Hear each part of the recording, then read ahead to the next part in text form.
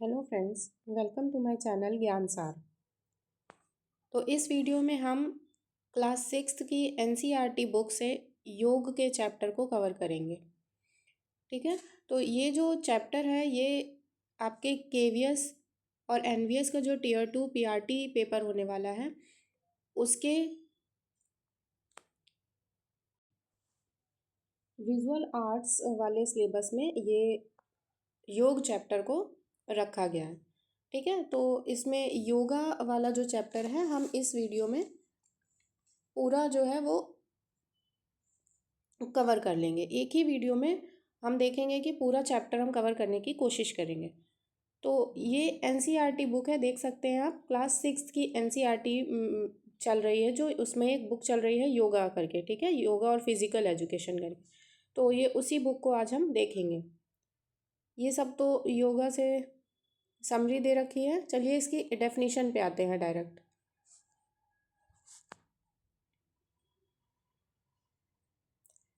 Definition है,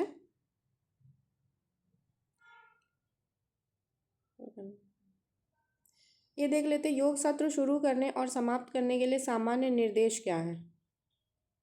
सामान्य निर्देश हैं इसके, सुखासन की आरामदायक मुद्रा में बैठें।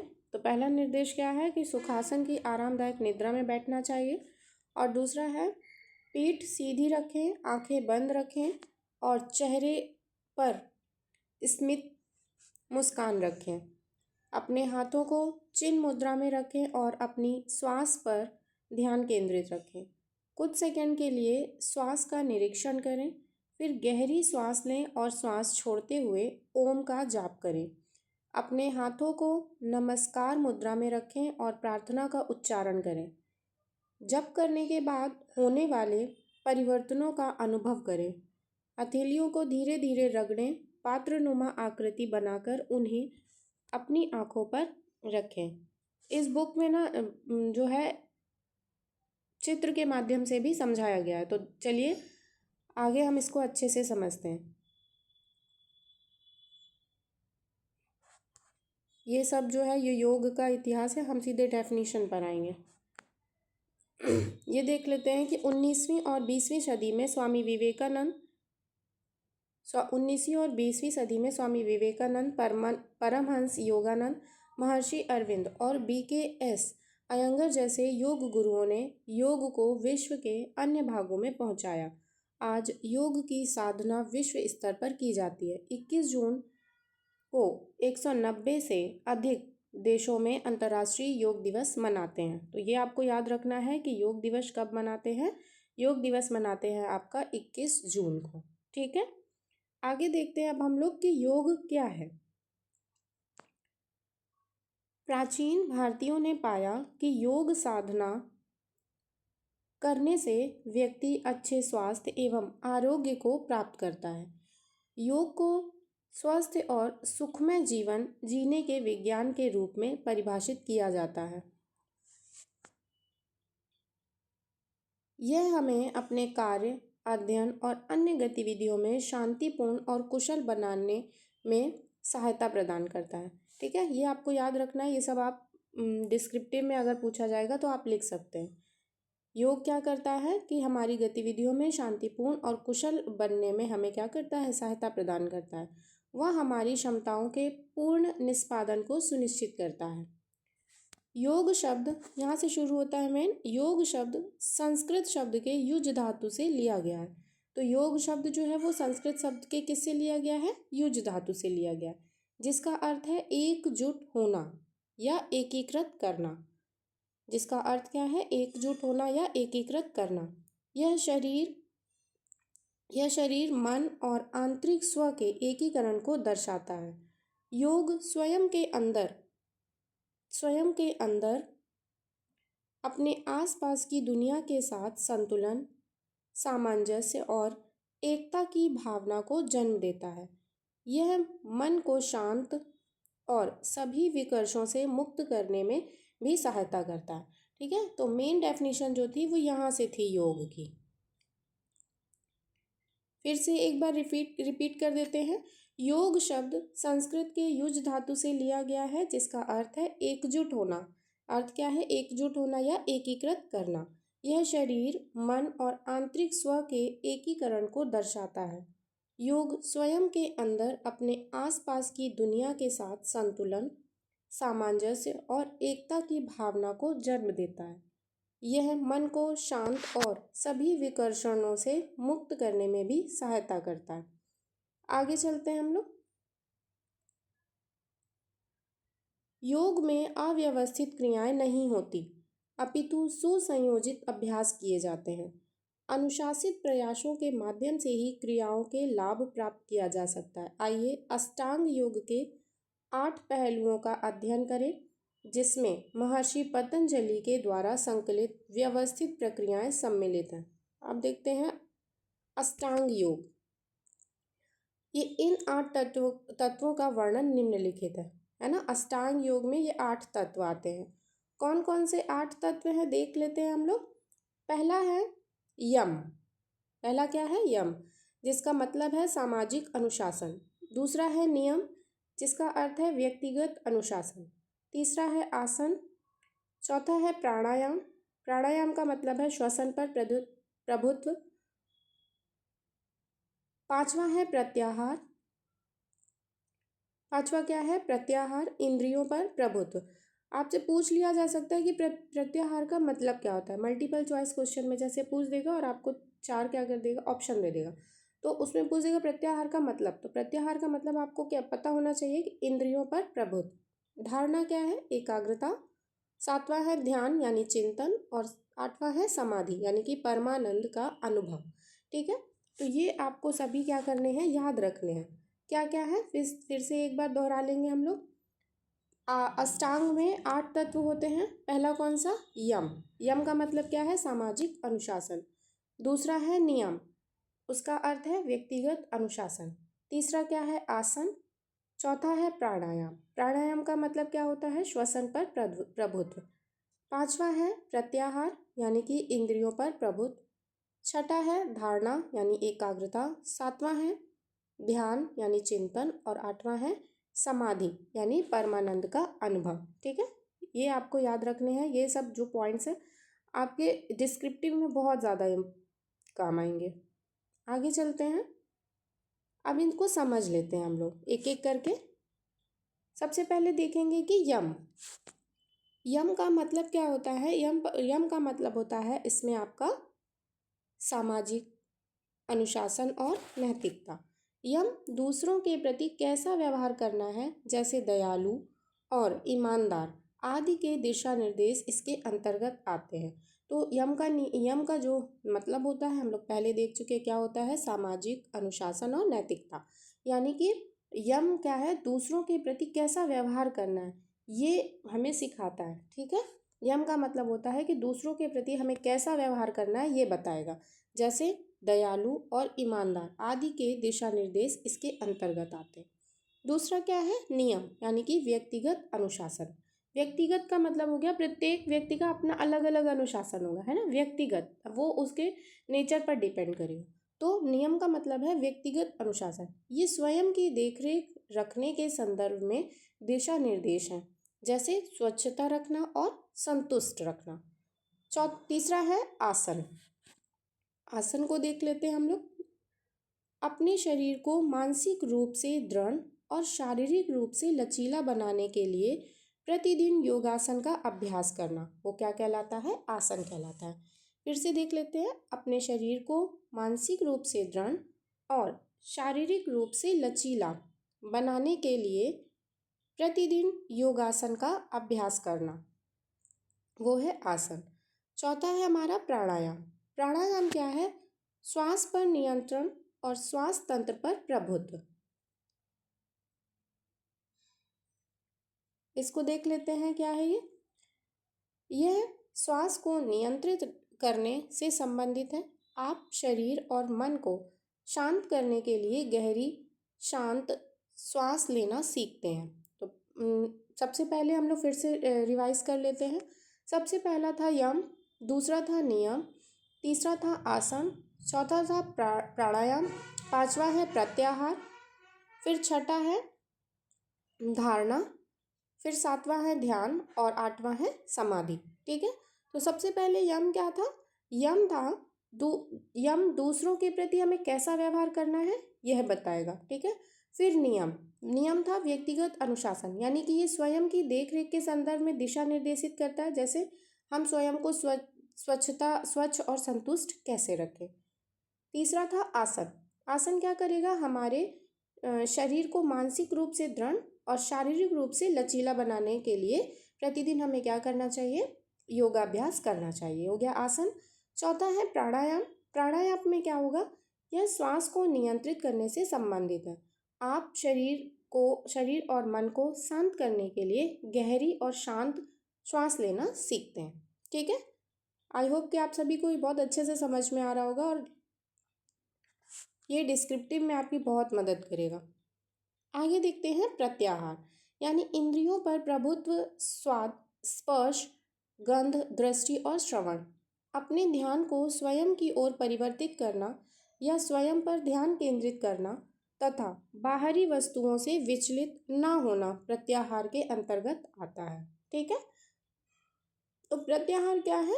अपने ध्यान को स्वयं की ओर परिवर्तित करना, स्वयं पर ध्यान केंद्रित करना तथा बाहरी वस्तुओं से विचलित न होना प्रत्याहार के अंतर्गत आते हैं।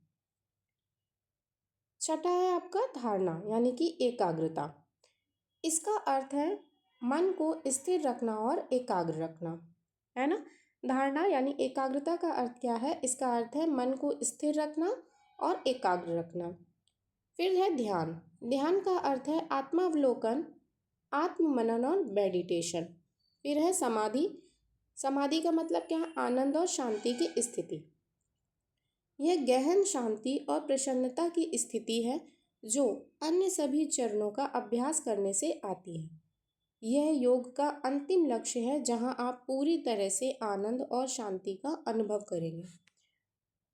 योग एक जीवन यात्रा है, हमें प्रतिदिन इसका अभ्यास करना चाहिए। आइए हम अपनी यात्रा का प्रारंभ पहले 2 चरणों यम और नियम से करते हैं। सबसे पहला क्या है? यम। ठीक है, सबसे पहला है यम।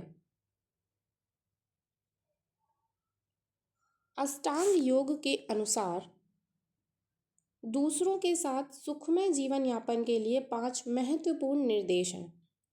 इन सामाजिक अनुशासनों को यम कहते हैं। यम अष्टांग योग का प्रथम अंग है। हम लोग यम पढ़ के आए ना। यम का अर्थ क्या था वहाँ पर? कि हमें दूसरों के प्रति कैसा व्यवहार करना है, यह हमें यम बताएगा। तो अष्टांग योग के अनुसार दूसरों के साथ सुखमय जीवन यापन के लिए 5 महत्वपूर्ण दिशा निर्देश हैं। इन सामाजिक अनुशासनों को क्या कहा गया है? यम कहा गया है। ये अष्टांग योग का प्रथम अंग है। आइए इन 5 यमों के बारे में जानें। पहला है अहिंसा का अर्थ। अहिंसा का अर्थ है दयालु होना और किसी भी जीवित प्राणी को कष्ट ना पहुंचाना, जिसमें पौधे और जानवर भी सम्मिलित हैं। ठीक है, तो पहला क्या हो गया? अहिंसा का अर्थ है दयालु होना, जिसमें क्या होगा? किसी भी जीवित प्राणी को कष्ट ना पहुंचाना, जिसमें पौधे और जानवर भी सम्मिलित हैं। दूसरा है सत्य का अर्थ है हमेशा सच बोलना और ईमानदार होना। तीसरा है अस्तेय, आपको सिखाता है कि जिन वस्तुओं या चीज़ों पर आपका स्वामित्व नहीं है उन पर अधिकार ना करें, उन्हें ना लें। ब्रह्मचर्य का अर्थ है अपनी ऊर्जा का बुद्धिमानी से उपयोग करना और आत्मनियंत्रण रखना। ठीक है, ब्रह्मचर्य का क्या अर्थ है? अपनी ऊर्जा का बुद्धिमानी से उपयोग करना और आत्मनियंत्रण रखना। फिर है अपरिग्रह। अपरिग्रह का अर्थ है लालच ना करना, जो आपके पास है उसी में प्रसन्न रहना। ठीक है, तो पहला क्या था? इन सबको हम रफ करते हैं और देखते हैं कि पहला क्या था। आप इसको याद कर सकते हैं, 5 पॉइंट है इसके। सत्य, अहिंसा, अस्तेय, ब्रह्मचर्य और अपरिग्रह। सत्य का अर्थ क्या होगा? हमेशा सत्य बोलना, यानी कि सच बोलना और ईमानदार होना। ठीक है, अहिंसा का अर्थ है दयालु होना, किसी भी जीवित प्राणी को कष्ट ना पहुंचाना। अस्तेय का अर्थ है जिन वस्तुओं पर हमारा स्वामित्व नहीं है उन पर अधिकार ना करना। ब्रह्मचर्य का अर्थ है अपनी ऊर्जा या बुद्धिमानी से उपयोग करना, आत्मनियंत्रण रखना। और अपरिग्रह का अर्थ है लालच ना करना, जो आपके पास है उसी में प्रसन्न रहना। ठीक है, आगे चलते हैं।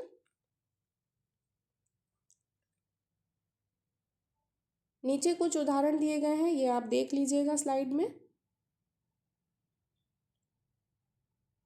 इसमें यम की पहचान करनी है ना, कौन सा यम है। जैसे है, देख ही लेते हैं इसको हम लोग भी। अपने पालतू कुत्ते के साथ सौम्य व्यवहार करें, उसके साथ खेलें, उसे कभी ना मारें, ना ही डराएं। तो यहाँ पे आपको बताना है ये कम का ये जो ये है, ये यम का कौन सा इसमें काम आएगा, है ना। यदि आप घर पर कुछ तोड़ते हैं और आपकी माँ इसके बारे में पूछती हैं, तो आप सच बताएं, इसे छिपाएं नहीं। तो यहाँ पर सत्य हो जाएगा। ठीक है। और अपने पालतू कुत्ते के साथ कैसा व्यवहार करें, सौम्य का व्यवहार। तो यहाँ पे अहिंसा हो जाएगा, किसी को हिंसा नहीं पहुँचानी है ना, हम लोग पढ़ के आए हैं। आपको वीडियो गेम खेलने की तीव्र इच्छा होती है, लेकिन आप यह भी जानते हैं कि आपको अपना विज्ञान का गृह कार्य पूरा करना है। आप वीडियो गेम खेलने की इच्छा को नियंत्रित करते हैं और गृह कार्य पूरा करते हैं। तो यहाँ पे सत्य, अहिंसा और अस्तेय था ना, तो यहाँ पे क्या हो जाएगा, अस्तेय हो जाएगा। फिर है, कक्षा में समूह चर्चा के दौरान आप अपने दोस्त के विचार को अपने विचार के रूप में बताने के लिए ललचाते हैं, लेकिन फिर आप उसे चुराने का फैसला नहीं लेते हैं। तो ये यहाँ पे क्या हो जाएगा, चुराने का फैसला नहीं लेते, यानी कि अस्तेय, जिस पर आपका अधिकार नहीं है, स्वामित्व नहीं है, उस पर अपना अधिकार नहीं करना है, तो वो होगा अस्तेय। अस्तेय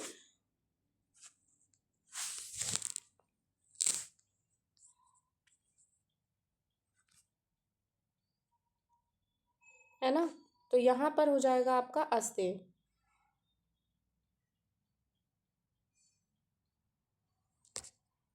आपका नियंत्रण नहीं है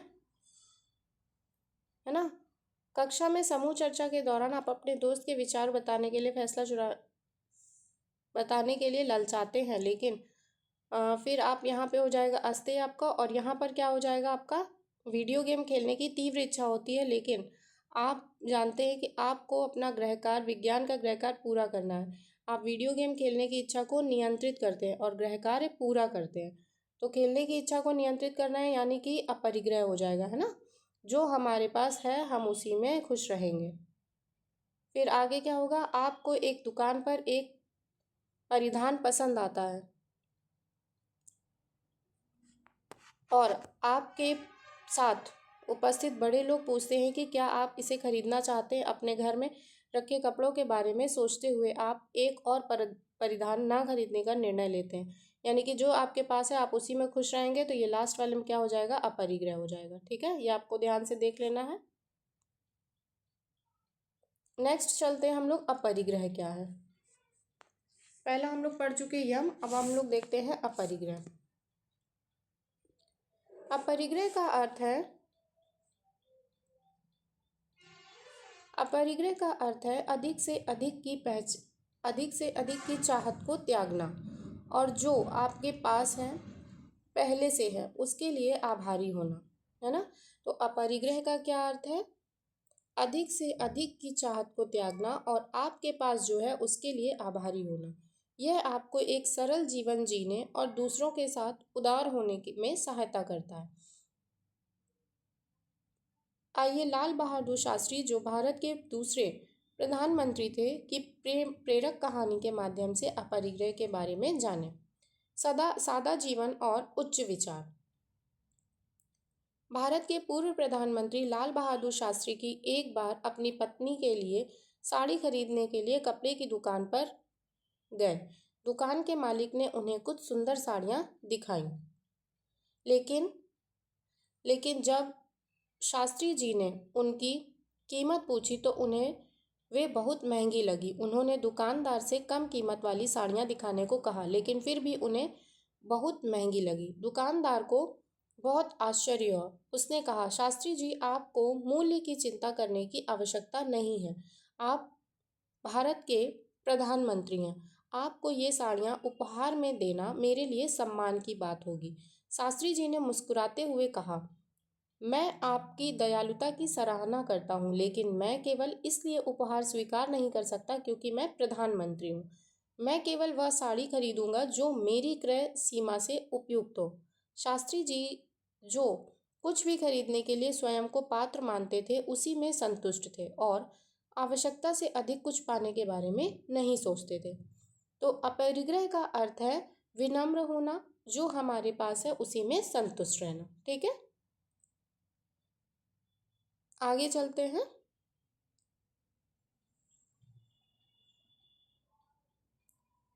अब देखते हैं नियम। ठीक है, क्या देखेंगे हम लोग? नियम। अष्टांग योग का दूसरा चरण है नियम, जिसमें व्यक्तिगत अनुशासन के लिए, पहले हम लोग यम पढ़ चुके हैं, अब हम लोग नियम पढ़ेंगे। तो अष्टांग योग का दूसरा चरण है नियम, जिसमें व्यक्तिगत अनुशासन के लिए 5 महत्वपूर्ण दिशा निर्देश आदतें सम्मिलित हैं। आइए इन 5 नियमों के बारे में जानें। पहला है शौच का अर्थ अपने शरीर, मन और आसपास को साफ रखना। यह मन और शरीर की स्वच्छता और शुद्धता के बारे में बताता है। दूसरा है संतोष।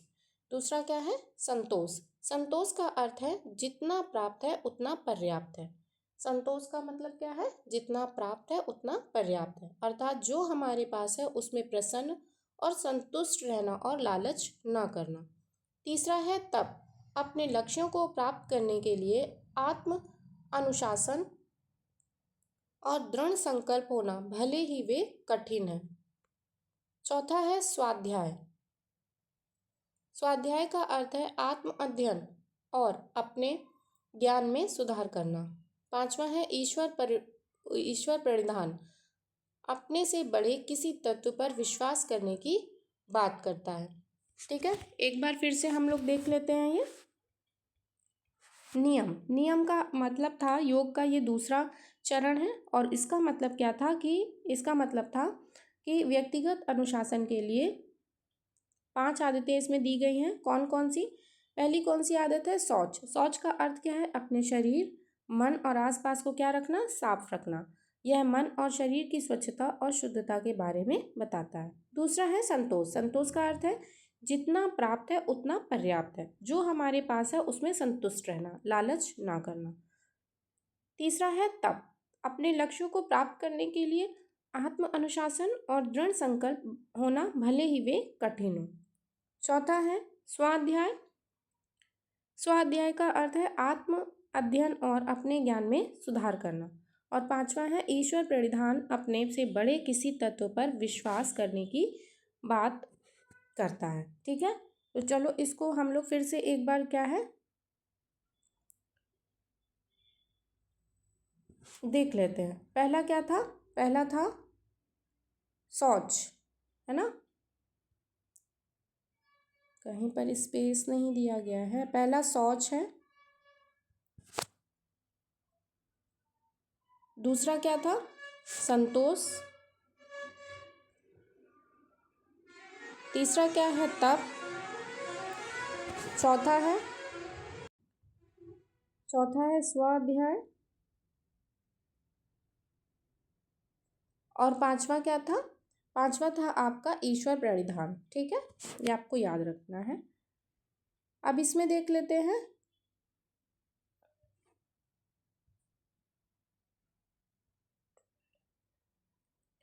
इसमें देख लेते हैं, 1 मिनट रुकिएगा।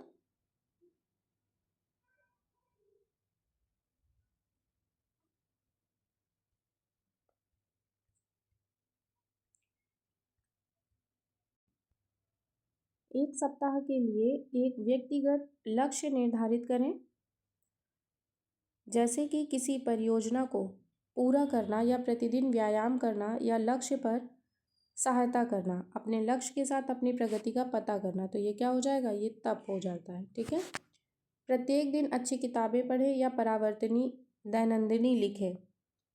कक्षा को साफ करें और सजाएं। तो ये क्या होगा? शौच हो जाएगा। कृतज्ञता व्यक्त करें। तो ये लास्ट वाला कौन सा था, ये ईश्वर प्रणिधान था। इसमें क्या था, अपने से बड़े व्यक्ति पर विश्वास करना, किसी तत्व पर विश्वास करना। तो ये कृतज्ञता हो जाएगा। अपना सर्वश्रेष्ठ प्रयास करें और विश्वास रखें कि वैसी ही चीज़ें होंगी जैसा कि होना चाहिए, यानी कि जो प्राप्त है वही पर्याप्त है। ठीक है, तो इसमें संतोष हो जाएगा। और प्रतिदिन अच्छी किताबें पढ़े, परावर्ती दैनंदिनी डायरी लिखें। तो इसमें क्या हो जाएगा, इसमें हो जाएगा आपका ये स्वाध्याय। ठीक है, आ गया होगा सभी को समझ में। पहला क्या था, पहला हो जाएगा तप, दूसरा क्या हो जाएगा स्वाध्याय, अपना खुद का अध्ययन करना, कक्षा को साफ रखना, शौच हो जाएगा, और कृतज्ञता प्रकट करना, ये ईश्वर प्राणिधान हो जाएगा, और लास्ट हो जाएगा सर्वश्रेष्ठ प्रयास करना, यानी कि संतोष हो जाएगा। ठीक है, आगे चलते हैं। आगे हम लोग ये जो है नेक्स्ट वीडियो में कवर करेंगे। ठीक है, तो वीडियो पसंद आ रही हो तो प्लीज़ वीडियो को लाइक, चैनल को सब्सक्राइब ज़रूर करें। Thank you.